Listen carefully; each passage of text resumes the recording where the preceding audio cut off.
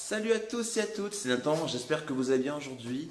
Donc aujourd'hui, je vais vous transmettre 5 clés, donc 5 clés des grands leaders, des entrepreneurs, vraiment même les sportifs de haut niveau, comment ils font pour développer leur mindset, on va avoir un bon mindset afin d'atteindre leur objectif. Alors déjà, comme première clé, ce que j'aimerais vous dire, c'est le plus important, c'est le recul et c'est la manière dont on voit les choses. C'est-à-dire, il y a pas mal de personnes, quand elles font un travail qui ne leur plaît pas, souvent, l'état d'esprit dans lequel elles vont voir les choses, en fait, elles vont voir les choses un peu de manière négative. Donc, c'est-à-dire comme si elles voient les choses vraiment de manière critique et comme si il y a vraiment une fatalité. Alors qu'en fait, si on voit les choses vraiment de manière différente, les choses, ça ne sera pas la même chose en fait. C'est-à-dire, si on met une certaine conscience et si on a un certain recul sur les choses, en fait, les choses sont beaucoup plus positives et du coup, c'est beaucoup plus facile pour nous d'avancer en fait. Donc pour moi, c'est important vraiment de prendre du recul sur la situation qu'on vit, peu importe si elle est désagréable, mais juste se dire, voilà, si je mets un certain recul, je peux me plaindre de la situation, mais au moins, si je prends un certain recul sur la situation, pour moi, ça sera beaucoup plus simple d'arriver à avancer vers mes objectifs.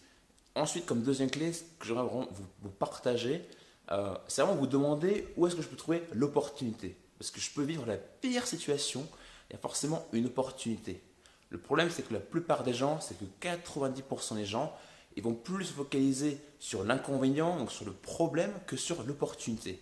Imaginons par exemple, voilà que je retape mon année, donc je redouble, j'ai pas mon examen, donc là ça reste un exemple, mais imaginons que c'est le cas. Je me dis merde, je retape mon année, il faut que je refasse mes devoirs, j'aurai encore les mêmes profs, c'est pas possible. Mais là, me demander où est-ce que je peux avoir l'opportunité. Peut-être que l'opportunité, c'est de faire un autre, enfin ça, c'est de faire un autre sport, peut-être que l'opportunité, c'est m'investir dans une assoce, peut-être que l'opportunité, c'est peut-être créer mon business à côté de mes études. Voilà, donc peut-être c'est faire des choses que j'aurais jamais pensé, voilà, des choses que j'aurais jamais pensé de faire avant. Mais du coup, le fait de voir où se trouve l'opportunité, ça peut m'aider. Et même voilà, si je retape si je retape mon année, ça peut être me dire, tiens, je peux être plus productif, je peux être plus vigilant au niveau de mes révisions, je peux peut-être trouver des actions, des stratégies qui vont me permettre de réussir, même si j'ai pas forcément réussi. C'est pas grave, au moins je veux me dire quelles sont les actions, les stratégies que je vais pouvoir mettre en place dès maintenant afin de pouvoir réussir enfin ces études-là. Donc pour moi, c'est important vraiment d'avoir voilà, cet état d'esprit-là. Pour moi, ces clés-là, forcément, ça contribue à clairement avoir un mindset clairement à un autre niveau. Ensuite, pour la troisième clé, ce que je pourrais vous dire, et, qui serait pas mal, oui, donc c'est vous rendre à des conférences et à des séminaires de développement personnel. Euh, je ne sais pas si vous avez fait l'expérience, si vous faites du développement personnel, mais voilà, rendez-vous à des séminaires, des conférences de développement personnel, en tout cas si vous avez envie. Parce que alors, ce qui est top, si vous faites ça, c'est que vous rencontrez des gens qui sont un peu dans la même démarche que vous. C'est-à-dire des gens qui veulent réussir, des gens qui veulent s'épanouir, des gens vraiment, justement, qui veulent faire changer leur état d'esprit. Et en fait, en plus, souvent, il y aura une conférence ou un séminaire avec un coach, quelqu'un qui peut vous inspirer, et du coup, forcément, ça vous crée de l'énergie, ça vous crée vraiment un fuel énergétique, et ça vous donne envie de poser des actions. Donc vraiment, rendez-vous à des conférences, si vous pouvez, donc à des conférences et à des séminaires de développement personnel, parce que je pense que ça peut vraiment vous aider.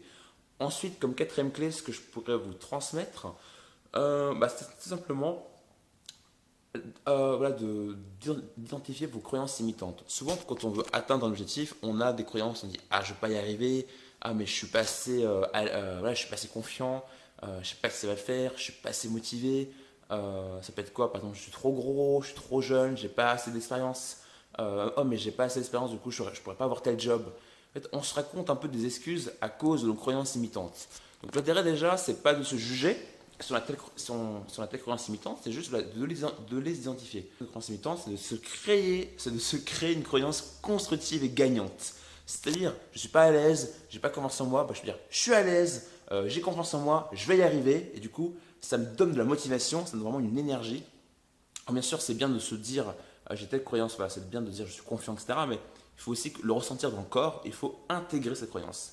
Mais le fait de le répéter tous les jours, et de vous mettre dans une certaine énergie, du coup, ça vous conditionne, ça vous programme pour pouvoir réussir. Et ainsi de développer votre mindset. Et du coup, ensuite, pour la cinquième clé donc, de cette vidéo, ce que j'aimerais vous dire, c'est de mettre en place des actions.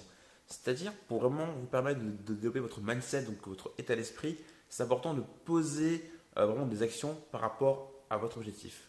Parce que du coup, c'est pas juste de la théorie, c'est pas juste de la pensée, vraiment vous mettez en place des actions concrètes qui vont permettre d'obtenir des résultats. Parce que si vous avez des résultats, pas forcément des gros résultats de fou, hein, mais si vous avez des petits résultats, déjà, vous allez vous auto-convaincre, vous allez vous auto-persuader que vous allez réussir et que vous avez un bon état d'esprit. Alors surtout que ça va contribuer à votre état d'esprit. Parce que si vous avez des résultats, forcément, ça va vous permettre d'avoir un meilleur état d'esprit.